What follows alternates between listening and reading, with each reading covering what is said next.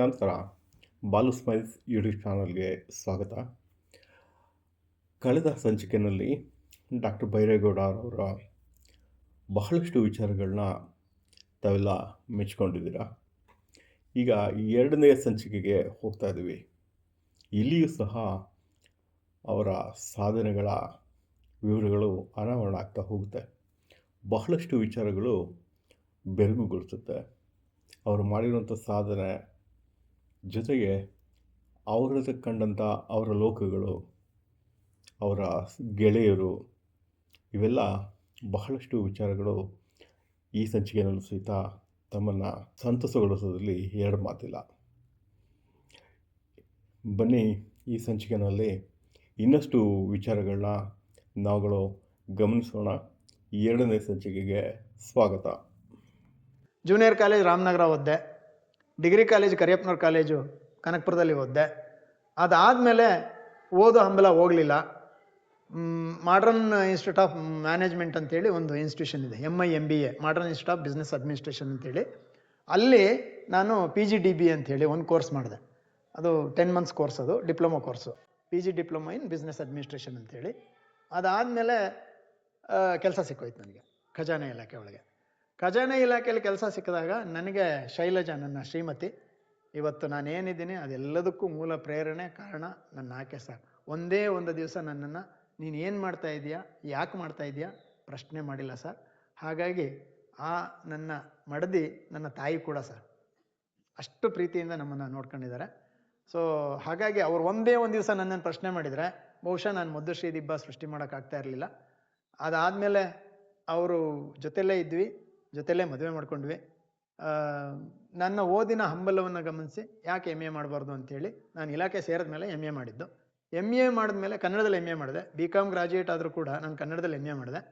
MA ಮಾಡಿದ್ಮೇಲೆ ನನ್ನ ಆಸಕ್ತಿನ ಮತ್ತೆ ಗಮನಿಸಿ ಯಾಕೆ ನೀವು PhD ಮಾಡಬಾರ್ದು ಅಂಥೇಳಿ PhDಗೆ ನನ್ನನ್ನು ದೂಡಿದರು. PhD ಮಾಡೋಕೆ ಹೊರಟಾಗ ನನಗೆ ಗೈಡ್ಗಳು ಸಿಕ್ಕಲಿಲ್ಲ.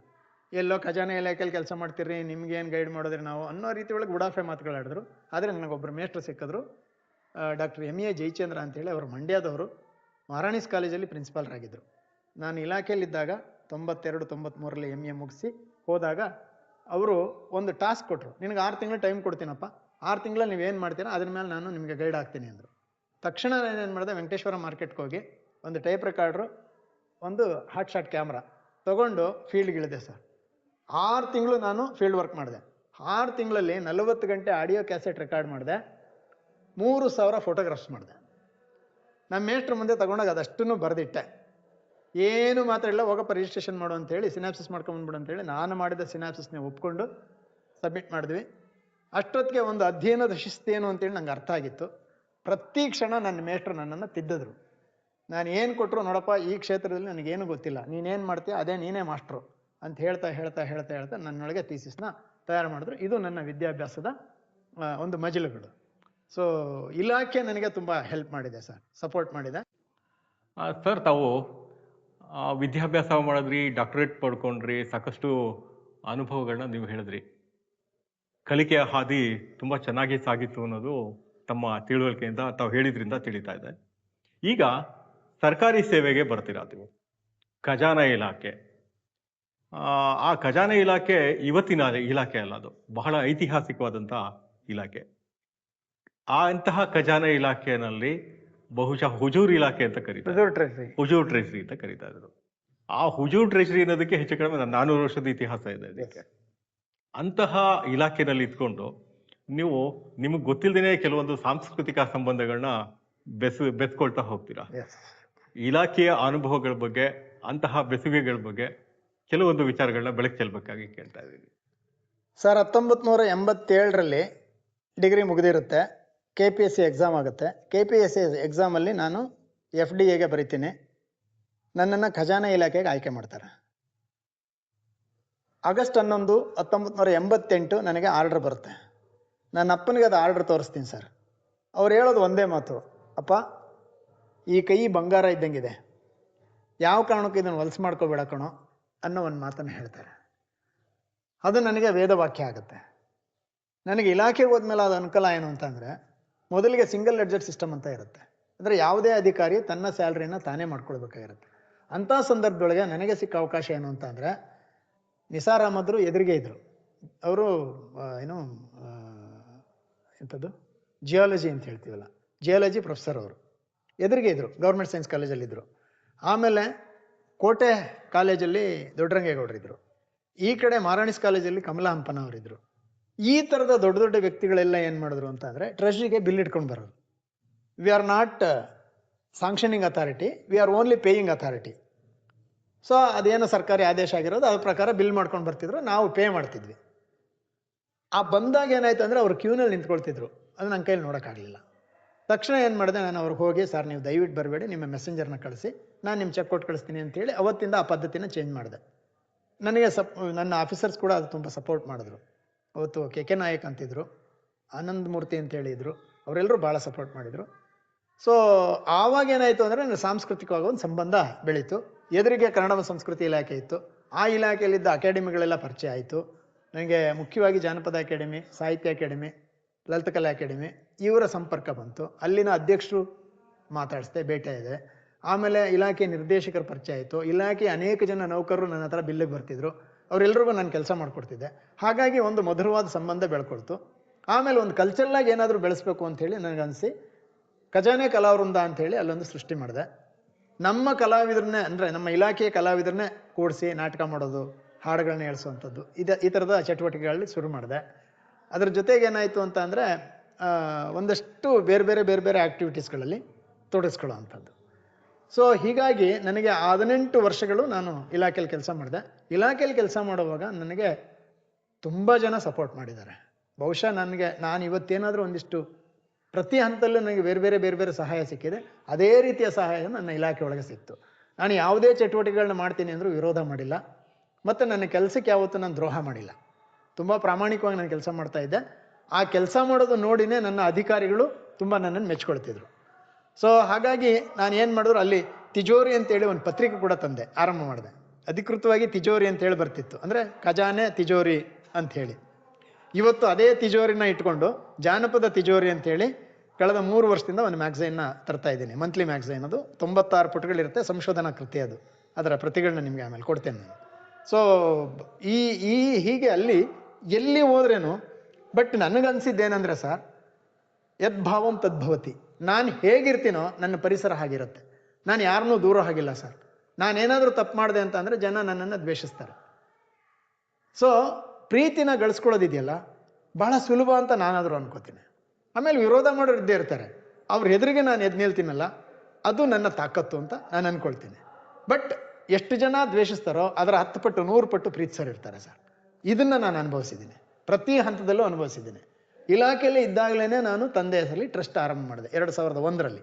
ಆ ಮುಖೇನ ಇಡೀ ಗ್ರಾಮೀಣ ಪ್ರದೇಶವನ್ನು ಗಮನದಲ್ಲಿಟ್ಕೊಂಡು ಅದರ ಚಟುವಟಿಕೆಗಳನ್ನ ಏನು ಅಂತ ಅನ್ನೋದನ್ನು ಆಮೇಲೆ ಹೇಳ್ತೀನಿ ಸರ್. ನಾನು ಇದು ಇಲಾಖೆಯಲ್ಲಿ ನಡೆದಂಥದ್ದು. ನಾನು ಇಲಾಖೆಯಲ್ಲಿ ಇದ್ದಾಗೆ PhD ಮಾಡಿದೆ. ಆ PhD ಮಾಡಲಿಕ್ಕೆ ನನ್ನ ಶ್ರೀಮತಿ ತುಂಬ ಪೂರಕವಾಗಿ ಒದಗಿ ಬಂದರು. ಮಗು ಇದೆ ಸರ್, ಪುಟಾಣಿ ಮಗು. ನನ್ನ ಮಗಳು ಇವತ್ತು ನ್ಯೂಯಾರ್ಕ್ ಟೈಮ್ಸಲ್ಲಿ ಕೆಲಸ ಮಾಡ್ತಾಳೆ. ಆ ಮಗು ಮನೆಯಲ್ಲಿ ತಾನು ಇಟ್ಕೊಂಡು ನೀನು ಹೋಗು ಅಧ್ಯಯನ ಮಾಡು ಅಂತ ಕಳಿಸ್ಕೊಟ್ರಲ್ಲ. ಸೊ ನಾವು ಹೇಗೆ ಅವರ ಋಣವನ್ನು ತೀರಿಸೋದು ಅಂತ ಅನ್ನೋ ಮನಸ್ಥಿತಿ ಬರುತ್ತೆ. ಪದೇ ನನಗೆ ಅದು ನೆನಪಾಗತ್ತೆ. ಆ ಮಗುನ ಯಾರಾದರೂ ಕೇಳ್ಕೊಂಡ್ರೆ ಎಲ್ಲಮ್ಮ ನಿಮ್ಮಪ್ಪ ಅಂತ ಕೇಳಿದ್ರೆ ಭಾಳ ಪುಟ್ಟ ಭಾಷೆಯಲ್ಲಿ ನಮ್ಮಪ್ಪ ಇಲ್ಲಿಗರು PhD ಮಾಡೋಕೆ ಹೋಗೋರೆ ಅಂತ ಒಂಥರ ವಿಚಿತ್ರವಾಗಿ ಹೇಳ್ತಾ ಇದ್ದದನ್ನು ಕೂಡ ನಮ್ಮ ಮನೆಯವರು ನೆನಪು ಮಾಡ್ಕೊಳ್ತಾರೆ. ಸೊ ಇದು ನನ್ನ ವಿದ್ಯಾಭ್ಯಾಸ ಮತ್ತು ನನ್ನ ಕೆಲಸದ ಒತ್ತಡಗಳು. ಅದಾದ ನಂತರ 2006ಕ್ಕೆ ನಾನು ರಾಜೀನಾಮೆ ಕೊಡ್ತೀನಿ. ರಾಜೀನಾಮೆ ಕೊಟ್ಟು ಕೋಲಾರ PU ಸೆಂಟ್ರಲ್ಲಿ 2 ವರ್ಷ ಕನ್ನಡ ಪ್ರೊಫೆಸರಾಗಿ ಕೆಲಸ ಮಾಡ್ತೀನಿ. ಕ್ರೈಸ್ಟ್ ಯೂನಿವರ್ಸಿಟಿಲಿ 2 ವರ್ಷ ಇರ್ತೀನಿ. ಸೆಂಟ್ ಆನ್ಸ್ ಡಿಗ್ರಿ ಕಾಲೇಜಲ್ಲಿ 1 ವರ್ಷ ಇರ್ತೀನಿ. ಅಷ್ಟೆಲ್ಲನೂ ಬಿಟ್ಟು ವಿಜಯನಗರ ಡಿಗ್ರಿ ಕಾಲೇಜಿಗೆ ಬರ್ತೀನಿ. 14 ವರ್ಷ ನಾನು ಕನ್ನಡ ಪ್ರೊಫೆಸರಾಗಿ ಕೆಲಸ ಮಾಡ್ತೀನಿ. ಅದು ನನಗೆ ಅತ್ಯಂತ ಖುಷಿ ಕೊಟ್ಟ ಸಂಗತಿ ಸರ್. ಈಗ ತಾವು ಬಹಳಷ್ಟು ವಿಶೇಷಗಳನ್ನ ಹೇಳಿದ್ರಿ, ಆದರೆ ನಿಮ್ಮ ಶ್ರೀಮತಿರವ್ರನ್ನ ಬಹಳ ಪ್ರೀತಿಪೂರ್ವಕವಾಗಿ, ಕೃತಜ್ಞತಾಪೂರ್ವಕವಾಗಿ ನೆನಪಿಸ್ಕೊಳ್ತಾ ಇರೋದು, ಜೊತೆಗೆ ನಿಮ್ಮ ಮುಖದಲ್ಲಿ ಆ ಸಮಯದಲ್ಲಿ ಬರ್ತಾ ಇರೋಂಥ ಭಾವನೆಗಳನ್ನ ಗಮನಿಸ್ತಾ ಇದ್ದೀನಿ. ಒಂದು ಪ್ರಶ್ನೆ ಇಲ್ಲಿ ಮೂಡುತ್ತೆ, ನಿಮ್ಮ ಶ್ರೀಮತಿಯವ್ರದ್ದು ನಿಮ್ಮದು ಅರೇಂಜ್ಡ್ ಮ್ಯಾರೇಜಾ ಲವ್ ಮ್ಯಾರೇಜಾ?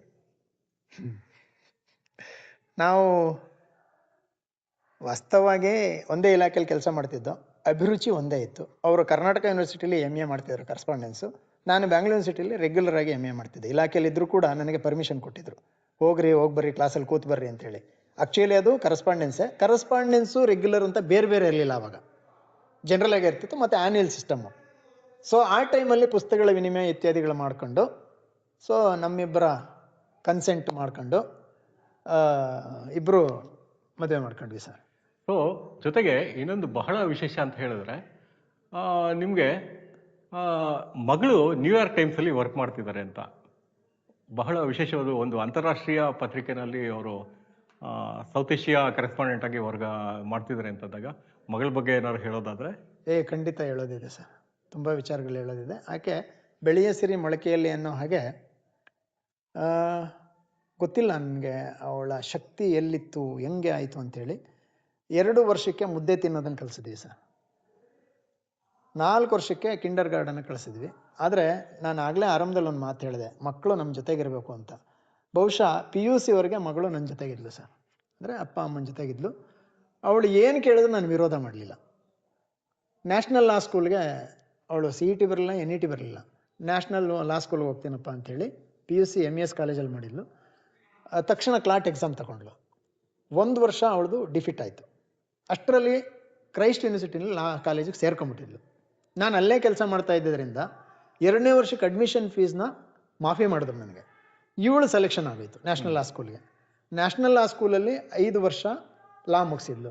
ಅದಾದಮೇಲೆ ಟೀಚ್ ಫಾರ್ ಇಂಡಿಯಾಗೆ 2 ವರ್ಷ ಕೆಲಸ ಮಾಡಿದ್ಲು. ಅದಾದ ನಂತರ 1 ಇಯರು ACJನಲ್ಲಿ, ಏಷ್ಯನ್ ಕಾಲೇಜ್ ಆಫ್ ಜರ್ನಲಿಸಮಲ್ಲಿ ಡಿಪ್ಲೊಮಾ ಮಾಡಿದ್ಲು.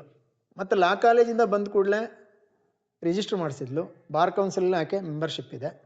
ಆದರೆ ಅದನ್ನೆಲ್ಲನೂ ನಿರಾಕರಿಸಿ, ಯಾಕಮ್ಮ ನೀನು ಪ್ರಾಕ್ಟೀಸ್ ಏನಾರು ಮಾಡ್ತೀಯ ಅಂದರೆ, ಯಾಕೋ ಸುಳ್ಳು ಹೇಳೋಕ್ಕೆ ಇಷ್ಟ ಆಗ್ತಿಲ್ಲಪ್ಪ ನನಗೆ ಅಂತ ಅಂದ್ಲು. ಅನಿವಾರ್ಯ ಅಲ್ಲಿ ನನ್ನ ಕ್ಲೈಂಟ್ ಬರ್ತಾನೆ, ಅವನ ಪರವಾಗಿ ನಾನು ಇರಲೇಬೇಕು, ಅವ್ನು ಏನು ಮಾಡಿರ್ತಾನೋ ಏನು ಕತೆನೋ ಅವನ ಪರವಾಗಿ ಸುಳ್ಳು ಹೇಳಲೇಬೇಕು ನಾನು, ಅದು ಇಷ್ಟ ಆಗ್ತಾ ಇಲ್ಲ ಅಂತ ಹೇಳಿದ್ಲು. ಆಯ್ತಮ್ಮ ನೀನು. ಆಮೇಲೆ ಅಲ್ಲಿ ಸ್ಕಾಲರ್ಶಿಪ್ ತೊಗೊಂಡು ACJ ಸೀಟ್ ಸಿಕ್ತು. ಆ ACJ 10 ತಿಂಗಳು ಮುಗಿಸೋ ಅಷ್ಟರಲ್ಲಿ ಕರೆಕ್ಟಾಗಿ ಹಿಂದೂ ಪತ್ರಿಕೆನವರು ಕೆಲಸ ಕೊಟ್ಟರು. ಹಿಂದೂ ಪತ್ರಿಕೆಯಲ್ಲಿ 2.5 ವರ್ಷ ಕೆಲಸ ಮಾಡಿದ್ಲು. ಅದಾದಮೇಲೆ ಅವಳಿಗೆ ಏನು ಅನ್ನಿಸ್ತೋ, ಅಪ್ಪ ನಾನು UK ಆಕ್ಸ್ಫರ್ಡ್ ಯೂನಿವರ್ಸಿಟಿನಲ್ಲಿ MSc ಮಾಡ್ತೀನಿ ಅಂದ್ಲು. ನನ್ನ PhD ಥೀಸಿಸ್ ಏನಿತ್ತಲ್ಲ ಅದರದನ್ನೇ ಎಕ್ಸ್ಟ್ರಾಕ್ಟ್ ತೊಗೊಂಡು ಸಿನಾಪ್ಸಿಸ್ ಮಾಡಿ 9 ಯೂನಿವರ್ಸಿಟಿಗೆ ಅಪ್ಲೈ ಮಾಡಿದ್ಲು. 9 ಯೂನಿವರ್ಸಿಟಿಗೆ ಅವಳಿಗೆ ಆಫರ್ ಲೆಟ್ರ್ ಕೊಟ್ಟರು. ಅದರಲ್ಲಿ ಆಯ್ಕೆ ಮಾಡ್ಕೊಂಡಿದ್ದು ಯಾವುದು ಅಂತ ಅಂದರೆ, ಇದು ಎಂಥದ್ದು UK ಆಕ್ಸ್ಫರ್ಡ್ ಯೂನಿವರ್ಸಿಟಿ. ಅಲ್ಲಿ 1 ವರ್ಷ MSc ಸೋಷಿಯಲ್ ಆಂಥ್ರಪಾಲಜಿ MSc ಮುಗಿಸಿದ್ಲು. ಮತ್ತು ನಾವೆಲ್ಲ ಕಾನ್ವೊಕೇಶನ್ ಕೂಡ ಹೋಗಿದ್ವಿ ಅಲ್ಲಿ. ಅಲ್ಲಿಂದ ಬರ್ತಿದ್ದಂಗೆ ಸಂಡೇ ಮಿಡ್ ಡೇ ಅಂಥೇಳಿ ಮುಂಬೈ ಬೇಸ್ಡು ಅದು ಅಪಾಯಿಂಟ್ಮೆಂಟ್ ಆರ್ಡರ್ ಕೊಡ್ತು. ಸೈಮಲ್ಟೇನಿಯಸ್ಲಿ ನ್ಯೂಯಾರ್ಕ್ ಟೈಮ್ಸು ಇನ್ವೈಟ್ ಮಾಡಿದಾಗ ಅಲ್ಲಿ ಅಪ್ಲೈ ಮಾಡಿದ್ಲು. ಸೊ ನ್ಯೂಯಾರ್ಕ್ ಟೈಮ್ಸು ನ್ಯಾಚುರಲಿ ಕೆಲಸ ಕೊಡ್ತು. ಈಗ ಅವರು ಬ್ಯಾಂಗ್ಳೂರ್ಲಿ ವಾಸ ಇದ್ದಾರೆ? ಇಲ್ಲ, ಅವಳು ಡೆಲ್ಲಿನಲ್ಲಿದ್ದಾಳೆ. ಓಕೆ. ಡೆಲ್ಲಿ ಅವ್ರದ್ದು ಇರೋದೇ ಒಂದು ಬ್ಯೂರೋ, ಡೆಲ್ಲಿ ಬ್ಯೂರೋ ಮಾತ್ರ. ಸೊ ಅಲ್ಲಿ ಕೆಲಸ ಮಾಡ್ತಾಳೆ ಇವಾಗ. ಬಹಳ ಸಂತೋಷ ಆಯ್ತು ಸರ್. ಅವ್ರ ಹೆಸರೇನಂತ ಹೇಳಿ? KB ಪ್ರಗತಿ ಅಂತ ಸರ್. ಪ್ರಗತಿ. ಕೃಷ್ಣಾಪುರ ದೊಡ್ಡಿ ಬೈರೇಗೌಡರ ಮಗಳು ಪ್ರಗತಿ ಅಂತ ಸರ್. ಓಕೆ. ಮೇಡಮ್ ಅವ್ರ ಬಗ್ಗೆ ಹೇಳೋದಾದ್ರೆ? ಅವ್ರ ಹೆಸರು GP ಶೈಲಜಾ ಅಂತ ಸರ್. ಗುಬ್ಬಿ ಪರಪ್ಪನ ಮಗಳು ಶೈಲಜಾ ಅಂತ.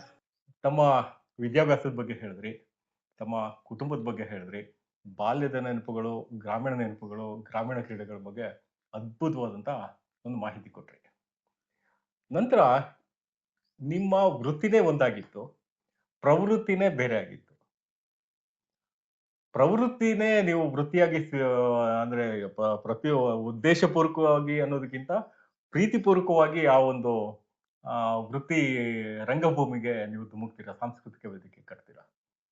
ಈ ಹಿನ್ನೆಲೆಯಲ್ಲಿ ನಡೆದಂತ ಸಾಹಸಗಾಥೆಯ ಪೂರ್ತಿಯಾದಂಥ ಕಥೆಯನ್ನ ಅನಾವರಣ ಮಾಡಬೇಕಾಗಿ ನಿಮ್ಮನ್ನ ಕೇಳ್ಕೊಳ್ತೀನಿ. ಸಾಂಸ್ಕೃತಿಕ ಲೋಕದಲ್ಲಿ ಒಂದು ಪುಟ್ಟ ಹೆಜ್ಜೆ ನಂದು. ಪಯಣ ದೀರ್ಘ,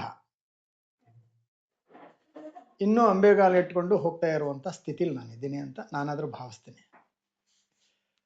1998 ಒಂದು ಸಂಸ್ಥೆ ಮಾಡಬೇಕು ಅಂತ ಹೇಳಿ ಯೋಚನೆ ಮಾಡಿದೆ. ಮಾಡುವಾಗ ಯಾವ ಸಂಸ್ಥೆ ಮಾಡೋದು, ಯಾರ ಹೆಸರಲ್ಲಿ ಸಂಸ್ಥೆ ಮಾಡೋದು? 2 ವರ್ಷ ಸುಮ್ಮನೆ ಕೆಲಸ ಮಾಡ್ಕೋತಾ ಹೋದೆ. ಆದ್ರೆ ನನ್ನ ತಂದೆ ಹೆಸರಿಟ್ಟೆ, KS ಮುದ್ದಪ್ಪ ಸ್ಮಾರಕ ಟ್ರಸ್ಟ್. KS ಮುದ್ದಪ್ಪ ಸ್ವಾತಂತ್ರ್ಯ ಯೋಧರಲ್ಲ, ಅಥವಾ ರಾಜಕಾರಣದಲ್ಲಿ ಬೆಳೆದವರಲ್ಲ, ಶ್ರೀಮಂತಿಕೆ ಗೊತ್ತೇ ಇಲ್ಲ.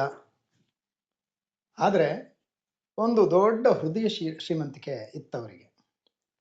ಊರಿನ ಜನರ ಯಾವುದೇ ಕಷ್ಟಗಳಲ್ಲಿ ಹೇಳ್ದೆ ಕೇಳದೆ ಭಾಗಿಯಾಗ್ತಿದ್ರು. ಊರಿಗೆ ಉಪಕಾರಿ ಊರಿಗೆ ಉಪಕಾರಿ ಮನೆಗೆ ಮಾರಿ ಅನ್ನುವ ಗಾದೆ ಮಾತೇನಿದೆ, ನನ್ನ ಅಮ್ಮ ಅನೇಕ ಸಾರಿ ಆ ಮಾತನ್ನ ಹೇಳೋರು. ನಿಮ್ಮ ಅಪ್ಪ ಬುಡಪ್ಪ ಊರಿಗೆಲ್ಲ ಮಾಡ್ತಾರೆ, ಮನೇನ್ ಮರ್ತು ಬಿಡ್ತಾರೆ ಅಂತ ಹೇಳಿ ಹೇಳ್ತಿದ್ರು. ಆದ್ರೆ ಅದೆಷ್ಟರ ಮಟ್ಟಿಗೆ ಕೆಲಸ ಮಾಡ್ತು ಅಂತ ಅಂದ್ರೆ, ನನ್ನ ಅಪ್ಪ ಹಾರ್ಮೋನಿಯಂ ಮೇಷ್ಟ್ರಿದ್ರು. ಅವ್ರ ಜೊತೆ ಒಳಗೆ ನಾನು ಪೌರಾಣಿಕ ನಾಟಕಗಳನ್ನ ಕಲಿಸ್ತಿದ್ರು. ಅವ್ರ ಜೊತೆ ಒಳಗೆ ನಾನು ಫ್ಲಾಟ್ ಹಿಡ್ಕೊಂಡು ಹೋಗ್ತಿದ್ದೆ. ಬಹುಶಃ ನಾನು 3ನೇ ಕ್ಲಾಸು 4ನೇ ಕ್ಲಾಸಲ್ಲಿ ಇದ್ದಾಗ, 3ನೇ ಕ್ಲಾಸಲ್ಲಿ ಅನ್ಕೊಳ್ತೀನಿ, ತುಂಬಾ ಚೆನ್ನಾಗಿ ಕನ್ನಡ ಓದ್ತಿದ್ದೆ ನಾನು. ಆ ಚೆನ್ನಾಗಿ ಓದೋ ಕನ್ನಡ ನನ್ನ ಅಪ್ಪನಿಗೆ ಬಹಳ ಪ್ರಿಯವಾಗಿತ್ತು. ಫ್ಲಾಟ್ ಹಿಡ್ಕೊಂಡು ನಾನು ಪ್ರಾಂಪ್ಟರ್ ಆಗಿ ಕೆಲಸ ಮಾಡಿದೆ. ನನ್ನ 8ನೇ ವಯಸ್ಸಲ್ಲಿ ಮೊಟ್ಟ ಮೊದಲ ಬಾರಿಗೆ ಒಂದು ಸಖಿ ಪಾತ್ರಕ್ಕೆ ವೇಷ ಹಾಕ್ತೆ. 14ನೇ ವಯಸ್ಸಿಗೆ ಯಕ್ಷಗಾನ ಓದ್ತಾ ಇದ್ರು ನಮ್ಮಪ್ಪ. ಅಂದ್ರೆ ಈ ಶನಿ ಮಹಾತ್ಮೆ ಅಂತ ಹೇಳ್ತೀವಿ ನಾವು. ಅದರಲ್ಲಿ ಸಾನಂದ ಗಣೇಶ ಇರ್ಬೋದು, ರಾಜ ವಿಕ್ರಮ ಇರ್ಬೋದು, ಪುರೂರವನ ಪರಾಭವ ಇರ್ಬೋದು, ನಳದಮಯಂತಿ ಇರ್ಬೋದು, ಈ ಕಥೆಗಳನ್ನ ಓದ್ತಾ ಇದ್ರು. ನಾನು ಯಾವುದೇ ಸಂಗೀತದ ಹಿನ್ನೆಲೆ ಇಲ್ಲ ನನಗೆ. ಆದ್ರೆ ತ್ರಿಪುಡೆ, ಯಾಲಪದ, ಏಕತಾಳ, ಜಂಪೆ, ಕುರುಜಂಪೆ, ಈ ಎಲ್ಲ ಶಬ್ದಗಳನ್ನ ನಾನು ಪುಸ್ತಕಗಳನ್ನ ನೋಡಿ ನೋಡಿ ಕಲಿತೆ. ಅಲ್ಲಿ ನನಗೆ ಒಂದು ರೀತಿ ಒಳಗೆ ಸಾಂಸ್ಕೃತಿಕ ಲೋಕಕ್ಕೆ ಬೀಜಾಂಕುರ ಆಗಿರ್ಬೋದು ಅಂತ ನನ್ನ ಈಗಿನ ಅನಿಸಿಕೆ. ಅಲ್ಲಿ ಹೋಗಿ ಪಾತ್ರಗಳನ್ನ ಮಾಡುವಾಗ ಆ ಪಾತ್ರ ಇಲ್ಲ ಅಂದ್ರೆ ನಾನೇ ಮಾಡ್ತಿದ್ದೆ, ಈ ಪಾತ್ರ ಇಲ್ಲ ಅಂದ್ರೆ ನಾನೇ ಮಾಡ್ತಿದ್ದೆ. ಯಾಕೆಂತಂದ್ರೆ ಈ ಹಳ್ಳಿಗಾಡಲ್ಲಿ ಗೊತ್ತಿದೆ, ನಾಟಕ ಕಲಿಸುವಾಗ ಏನೇನು ತೊಂದರೆಗಳಾಗ್ತವೆ ಅಂತೇಳಿ. ಒಬ್ಬ ಬಂದ್ರೆ ಒಬ್ಬ ಬರಲ್ಲ, ದುರ್ಯೋಧನ ಬಂದ್ರೆ ಭೀಮ ಬರಲ್ಲ, ದ್ರೌಪದಿ ಬಂದ್ರೆ ಅವಾಗೆಲ್ಲ ಹೆಣ್ಣು ಮಕ್ಕಳ ಪಾತ್ರನೂ ಕೂಡ ಗಂಡಸರೇ ಮಾಡ್ತಾ ಇದ್ರು. ಸೊ ಆ ಸಂದರ್ಭದೊಳಗೆ 8ನೇ ವಯಸ್ಸಲ್ಲಿ ನಾನು ಮೊಟ್ಟ ಮೊದಲಿಗೆ ವೇಷ ಹಾಕ್ತೀನಿ. ನನ್ನ 14ನೇ ವಯಸ್ಸಿಗೆ ಯಕ್ಷಗಾನ ಓದೋಕ್ಕೆ ಶುರು ಮಾಡ್ತೀನಿ. ಅಂದ್ರೆ ಶನಿ ಮಹಾತ್ಮೆ ಕತೆ ಓದಲಿಕ್ಕೆ ಶುರು ಮಾಡ್ತೀನಿ, ನಮ್ಮ ಅಪ್ಪನ ಜೊತೆಲೆ ಹೋಗಿ ಹೋಗಿ. ಸುಮಾರು 18ನೇ ವಯಸ್ಸಿಗೆ ನಾನು ಚೆನ್ನಾಗಿ ಶನಿ ಮಹಾತ್ಮೆನ ಓದಕ್ಕೆ ಶುರು ಮಾಡ್ತೀನಿ. ನನ್ನ 25 ವರ್ಷ ಏನು ಊರಲ್ಲಿದ್ದೆ, ಅಷ್ಟೂ ವರ್ಷಗಳ ಕಾಲ ನಾನು ಅನೇಕ ಊರುಗಳಲ್ಲಿ ಶನಿ ಮಹಾತ್ಮೆಯನ್ನು ಓದಿದ್ದೀನಿ. ಅದರಲ್ಲಿ ತ್ರಿಪುಡೆ, ಅದರಲ್ಲೂ ತುಂಬಾ ಚೆನ್ನಾಗಿ ಹೇಳಬಹುದಾದಂತಂದ್ರೆ ಆರಂಭನೇ ಇದು. ಕಲಿಯುಗತಿ ಬಲವಂತ ರಾಜನು ಬಲು ಪರಾಕ್ರಮಿ ವಿಕ್ರಮೆಂಬೋನೋ, ಲಲಿತವಾಗಿ ಹೌಜೈನೆಂಬೋ ಪಟ್ಟಣಕ್ಕೆ ತಾನೋ, ದೊರೆಯು ಆಗಿ ರಾಜವಾಳುತ ಪರಿಪರಿಯ ಸಂಭ್ರಮದಿ ಬಾಳುತ್ತಾ, ಕರಿತುರಗ ಪಾಯ್ದಳದ ಸೇನೆಯೋ ಲೀಲೆಯಿಂದ. ಈ ನನ್ನ ವಾಯ್ಸು ನಮ್ಮ ಅಪ್ಪನಿಗೆ ತುಂಬಾ ಇಷ್ಟ ಆಯ್ತು. ಸೊ ನಂತರ ಗ್ರಾಜುಯಲ್ ಆಗಿ ಅವರ ಓದನ್ನು ನನ್ನ ಕಡೆಗೆ ತಿರುಗಿಸಿದ್ರು. ಮತ್ತು ನನ್ನಪ್ಪ ಆಂಜನೇಯನ ಪಾತ್ರದಲ್ಲಿ ತುಂಬಾ ದೊಡ್ಡ ಹೆಸರು ಇಲ್ಲಿ ಈ ಭಾಗದಲ್ಲಿ. ನನ್ನ 17ನೇ ವಯಸ್ಸಿಗೆ ನಾನು ಮೊಟ್ಟ ಮೊದಲಿಗೆ ಆಂಜನೇಯನ ಪಾತ್ರನ ಪೂರ್ಣ ಪ್ರಮಾಣದಲ್ಲಿ, ಸಂಪೂರ್ಣ ರಾಮಾಯಣದಲ್ಲಿ ಆಂಜನೇಯನ ಪಾತ್ರ, ಮಧ್ಯರಾತ್ರಿ 2 ಗಂಟೆಗೆ ಆಂಜನೇಯನ ಪಾತ್ರ ಎಂಟ್ರಿ ಆಗುತ್ತೆ. ಆ ಎಂಟ್ರಿ ಆದ್ಮೇಲೆ ಜನನ ಕೂಡ್ಸೋದು ಅವನ ಕೈಲಿರುತ್ತೆ. ಆಂಜನೇಯನ ಪಾತ್ರ ಸಕ್ಸಸ್ ಆಯ್ತು ಅಂತ ಅಂದ್ರೆ ಬೆಳಕರಿಯೋವರೆಗೂ ಜನ ಎದ್ದು ಹೋಗಲ್ಲ. ಇದು ನಮ್ಮ ಗ್ರಾಮೀಣ ಪ್ರದೇಶದ ಪೌರಾಣಿಕ ನಾಟಕದ ತಾಕತ್ತು. ಜೊತೆಗೆ ಏನ್ ಮಾಡ್ತಿದ್ದೆ ಅಂತ ಅಂದ್ರೆ, ನಾನು ನನ್ನ ಊರಲ್ಲಿ ಗಣೇಶೋತ್ಸವ ನಡೆಯೋದು. ಇಡೀ ಊರಿನ ಗಣೇಶೋತ್ಸವದ ಜವಾಬ್ದಾರಿ ನನಗೆ ಕೊಟ್ಟರು. 7+2 9 ವರ್ಷಗಳ ಕಾಲ ನಾನು ಗಣೇಶೋತ್ಸವದ ಜವಾಬ್ದಾರಿ ತಗೊಂಡೆ. ಅಲ್ಲೇನಾಯ್ತು ಅಂತ ಅಂದ್ರೆ, ಪೌರಾಣಿಕ ನಾಟಕ ಅಪ್ಪನ ಜೊತೆಗೆ ನಿಮ್ಗೆ ಆಶ್ಚರ್ಯ ಆಗ್ಬೋದು, ಒಂದು 300 ಸಾರಿ ನಾನು ಆಂಜನೇಯನ ಪಾತ್ರ ಮಾಡಿರ್ಬೋದು. ಯಾಕೆ ಅಂತ ಅಂದ್ರೆ, ಸುತ್ತಮುತ್ತ ಯಾವ ಊರಲ್ಲಿ ನಾಟಕ ಆದ್ರೂ ಮುದ್ದಪ್ಪನ ಮಗನ ಕರೀರೋ, ಚೆನ್ನಾಗಿ ಮಾಡ್ತಾನೆ ಅಂತೇಳಿ ಕರಿತಿದ್ರು. ಆಮೇಲೆ ಶಕುನಿ ಪಾತ್ರ ಮಾಡಿದೆ, ಕರ್ಣನ್ ಪಾತ್ರ ಮಾಡಿದೆ, ಅರ್ಜುನ ಪಾತ್ರ ಮಾಡಿದೆ, ರಾಮಾಯಣದಲ್ಲಿ ರಾಮನ್ ಪಾತ್ರ ಮಾಡಿದೆ, ಲಕ್ಷ್ಮಣನ್ ಪಾತ್ರ ಮಾಡಿದೆ. ಸುಮಾರು ಪೌರಾಣಿಕ ರಂಗಭೂಮಿಯ ಅನೇಕ ಪಾತ್ರಗಳನ್ನು ನಾನು ಮಾಡಿದ್ದೀನಿ. ಮತ್ತೆ ಅನೇಕ ಕಡೆ ನಿರ್ದೇಶನ ಕೂಡ ಮಾಡ್ಲಿಕ್ಕೆ ಹೋಗ್ತಿದ್ದೆ. ಮುಖ್ಯವಾಗಿ ಒಂದು ಸಂದರ್ಭನ ನೆನಪಿಸ್ಕೊಳ್ಳೇಬೇಕು. ಕುರುಕ್ಷೇತ್ರ ನಾಟಕದಲ್ಲಿ ಈ ಅಭಿಮನ್ಯು ಕ್ಯಾರೆಕ್ಟರ್ ಬರುತ್ತೆ. ಆ ನಂತರದ ದಿನಗಳಲ್ಲಿ ಏನಾಯ್ತು, ಅಭಿಮನ್ಯು ಕ್ಯಾರೆಕ್ಟರ್ಗೆ ಲೇಡಿ ಕ್ಯಾರೆಕ್ಟರ್ಗಳನ್ನ ಕರ್ಸೋಕೆ ಶುರು ಮಾಡಿದ್ರು. ಕಾಂಪಿಟೇಷನ್ ಶುರುವಾಗೋಯ್ತು, ನನಗೆ ಬೇಕು ಅಂತೇಳಿ. ಅಭಿಮನ್ಯು ಚಕ್ರವ್ಯೂಹ ಭೇದಿಸಕ್ಕೆ ಹೋದಾಗ ವಾಸ್ತವವಾಗಿ ಉತ್ತರೆಗೆ 8 ತಿಂಗಳ ಬಸರಿ. ಆ ಟೈಮಲ್ಲಿ ಹಾಕೊಂಡು ಡ್ಯುಯೆಟ್ ಸಾಂಗ್ ಹೊಡೆಯೋರು. ನಾನು ಅದನ್ನು ವಿರೋಧ ಮಾಡಿದೆ. ಏನ್ರಿ ಮಾನ ಮರ್ಯಾದೆ ಬೇಡವೇನ್ರಿ, 8 ತಿಂಗಳ ಬಸರಿ ಹೆಣ್ಣುಮಗಳ ಜೊತೆ ಒಳಗೆ ನೀವು ನೃತ್ಯ ಮಾಡಿಸ್ತೀರಿ ಅಂತ ಅಂದ್ರೆ ಸ್ವಲ್ಪನಾದ್ರೂ ಕಾಮನ್ ಸೆನ್ಸ್ ಬೇಡವಾ ಅಂತ ಹೇಳಿ ಅದನ್ನ ಆ ಪದ್ಧತಿನೇ ಬದಲಾಯಿಸ್ತೆ. ಹೇಗೆ ಅಂದ್ರೆ, ವಿರಾಟ್ ರಾಯನ ಆಸ್ಥಾನದಲ್ಲೇ ಮದುವೆ ಮಾಡಿಸೋದು ಉತ್ತರೆ ಜೊತೆ ಒಳಗೆ ಅಭಿಮನ್ಯುಗೆ. ಅಲ್ಲಿ ನೀವು ಡ್ಯುಯೆಟ್ ಆಡ್ಕೊಳ್ರಪ್ಪ, ನಿಮ್ಮ ತೇವಲ್ಗಳನ್ನ ತೀರ್ಸ್ಕೊಳ್ಳಿ ಅಂತ ಹೇಳಿ ಆ ಒಂದು ಬದಲಾವಣೆಯನ್ನ ತಂದೆ ನಾನು. ಬಟ್ ಅಕ್ಸೆಪ್ಟ್ ಮಾಡ್ಕೊಂಡ್ರು ನನ್ನ ಊರಿನ ಸುತ್ತಮುತ್ತಲ ಜನ. ಆಮೇಲೆ ಈ ಗಣೇಶೋತ್ಸವದಲ್ಲಿ ಸಾಮಾಜಿಕ ನಾಟಕಗಳಿಗೆ ಮತ್ತು ಐತಿಹಾಸಿಕ ನಾಟಕಗಳಿಗೆ ಹೆಚ್ಚು ಗಮನ ಕೊಟ್ಟೆ. ಇಲಾಖೆಯಲ್ಲಿ ಇದ್ದಾಗಲೂ ಕೂಡ ಅದನ್ನು ಮಾಡ್ತಾ ಹೋದೆ. ಈ 2001ರಲ್ಲಿ ಅಧಿಕೃತವಾಗಿ KS ಮುದ್ದಪ್ಪ ಸ್ಮಾರಕ ಟ್ರಸ್ಟ್ ಅಂತೇಳಿ ರಿಜಿಸ್ಟ್ರೇಷನ್ ಮಾಡಿದೆ. ಅದರ ಮುಖಾಂತರ ಸಂಪೂರ್ಣವಾಗಿ ಸಾಂಸ್ಕೃತಿಕ ಲೋಕಕ್ಕೆ ನಾನು ತೆರ್ಕೊಂಡೆ. ಅಲ್ಲಿ ಮಕ್ಕಳಿಗಾಗಿ ಜಾನಪದ ಕಥಾಚಿತ್ರ ಸ್ಪರ್ಧೆ ಇರ್ಬೋದು, ಸಂಗೀತದ ಸ್ಪರ್ಧೆಗಳಿರ್ಬೋದು, ಆಮೇಲೆ ಸ್ಥಳದಲ್ಲೇ ಪ್ರಬಂಧವನ್ನು ಹೇಳುವಂಥ ಸ್ಪರ್ಧೆಗಳಿರ್ಬೋದು. ಅದ್ರ ಜೊತೆಗೆ ಏನು ಮಾಡಿದೆ ಅಂತ ಅಂದರೆ ಒಂದು ಪುಸ್ತಕ ಪರಿಚಾರಿಕೆಯನ್ನು ನಾನು ಶುರು ಮಾಡಿದೆ. ನನ್ನ ರಾಮನಗರ ಜಿಲ್ಲೆಯ ಅಂದರೆ ಆವತ್ತು ಬೆಂಗಳೂರು ಗ್ರಾಮಾಂತರ ಜಿಲ್ಲೆ ಇತ್ತು, ಮುಖ್ಯವಾಗಿ ಕನಕಪುರ, ಚನ್ನಪಟ್ಟಣ, ಆನೇಕಲ್ಲು, ಮಾಗಡಿ, ರಾಮನಗರ 5 ಕಡೆಗೆ ಸರ್ಕಾರಿ ಶಾಲಾ ಗ್ರಂಥಾಲಯಗಳ ಕಡೆ ಗಮನ ಕೊಟ್ಟೆ. ಇದುವರೆಗೆ ಸುಮಾರು ಒಂದು 67 ಲಕ್ಷ ರೂಪಾಯಿನ ಪುಸ್ತಕಗಳನ್ನ ನಾವು ನಮ್ಮ ಸಂಸ್ಥೆಯಿಂದ ಕೊಟ್ಟಿರ್ಬೋದು. ಇವತ್ತಿಗೂ ಅನೇಕ ಕಡೆ KS ಮುದ್ದಪ್ಪ ಸ್ಮಾರಕ ಟ್ರಸ್ಟ್ನ ಲೈಬ್ರರಿ ಅಂತ ಹೇಳಿನೇ ಬೋರ್ಡ್ ಹಾಕೊಂಡು ಅವರೇ ಬೀರು ತಗೊಂಡು ಇವತ್ತಿಗೂ ಅನೇಕ ಕನಕಪುರ, ರಾಮನಗರ, ಮಾಗಡಿ ತಾಲೂಕುಗಳಲ್ಲಿ KS ಮುದ್ದಪ್ಪ ಸ್ಮಾರಕ ಟ್ರಸ್ಟ್ ಲೈಬ್ರರಿ ಅಂತಲೇ ಮಾಡ್ಕೊಂಡಿದ್ದಾರೆ. ಆಮೇಲೆ ಗ್ರಾಮೀಣ ಪ್ರದೇಶದ ಮಕ್ಕಳು ಏನು ಓದಿಗೆ ಕಷ್ಟ ಆದರೆ ಯಾರನ್ನೋ ಹಿಡಿಯೋದು, ನೋಡಪ್ಪ ಈ ಹುಡುಗಿಗೆ ಕಷ್ಟ ಆಗ್ತಾಯಿದೆ, ಈ ಹುಡುಗನ ಕಷ್ಟ ಆಗ್ತಾ ಇದೆ ಅಂತ ಅಂದರೆ ನನಗೆ ಒಂದು ಅರ್ಥ ಆಗಿದೆ ಏನಂದರೆ, ಇದು ನಮ್ಮ ಅಪ್ಪನ ಮಾತು, ಉದ್ದೇಶ ಒಳ್ಳೇದಿದ್ರೆ ಸಹಾಯ ಮಾಡಲಿಕ್ಕೆ 1000 ಕೈಗಳು ಬರ್ತವೆ ಅಂತ ಹೇಳಿ ಯಾವತ್ತು ಹೇಳೋರು. ನೆನಪ ಜೊತೆಗೆ ಬದುಕತೇರು ಎಷ್ಟು ದಿನದ ಹೀಗೆ ಮಾಡ್ತಾ ಮಾಡ್ತಾ ನಾನು ಸಂಪೂರ್ಣವಾಗಿ ನೆನಪ ಜೊತೆಗೆ ಒಂದು ಅಧ್ಯಯನದ ಸಂದರ್ಭದಲ್ಲಿ ಅನೇಕ ಜನ ಕಲಾವಿದರು ನೋಡಿದೆ. ಇವತ್ತಿಗೂ ನನಗೆ 3-3.5 ಸಾವಿರ ಜನ ಕಲಾವಿದರ ಪರಿಚಯ ಇದೆ. ಯಾರು ಬಂದರೂ ನಮಸ್ಕಾರ ಸರ್ ಅಂತ ಹೇಳ್ತಾರೆ. ಅದು ಅಷ್ಟು ಸಾಕು ನಾನು ಸಂಪಾದನೆ ಮಾಡಿರೋ ದೊಡ್ಡ ನಿಧಿ ಅಂತ ನಾನು ಅನ್ಕೊಳ್ತೀನಿ. ಯಾವುದೇ ಕ್ಷೇತ್ರದ ಜನಪದ ಕಲಾವಿದರು ಬೇಕು ಅಂದರೂ ಕೂಡ ನಾನು ಒಂದು ಮಾತು ಹೇಳಿದ್ದೀನಿ ಅಂತ ಅಂದರೆ ಅವ್ರು ಖಂಡಿತ ಬರ್ತಾರೆ, ಪರ್ಫಾರ್ಮ್ ಮಾಡ್ತಾರೆ. ಅಷ್ಟರ ಮಟ್ಟಿಗೆ ಒಂದಿಷ್ಟು ಛಾಪನ್ನು ಮುಡಿಸ್ಕೊಂಡಿದ್ದೀನಿ. ಯಾವುದೇ ಪ್ರಕಾರ ಇರ್ಬೋದು, ಕರ್ನಾಟಕದ ಯಾವುದೇ ಭಾಗದಲ್ಲಿರ್ಬೋದು. ಜೊತೆಗೆ ಏನಾಯಿತು ಅಂತ ಅಂದರೆ ಅಧ್ಯಯನ ಕೇಳಿದ ಕಲಾವಿದರ ಪರಿಚಯ ಆಯಿತು. ಜೊತೆಗೆ ನಾನು ಹೇಗೆ ಡೆವಲಪ್ ಆಗೋದು ಅಂತ ಅನ್ನೋದನ್ನು ಅಂದರೆ ಮೆಂಟಲಿ ನಾನು ಬೆಳಿಬೇಕಲ್ಲ, ಬರವಣಿಗೆ ಶುರು ಮಾಡಿದೆ.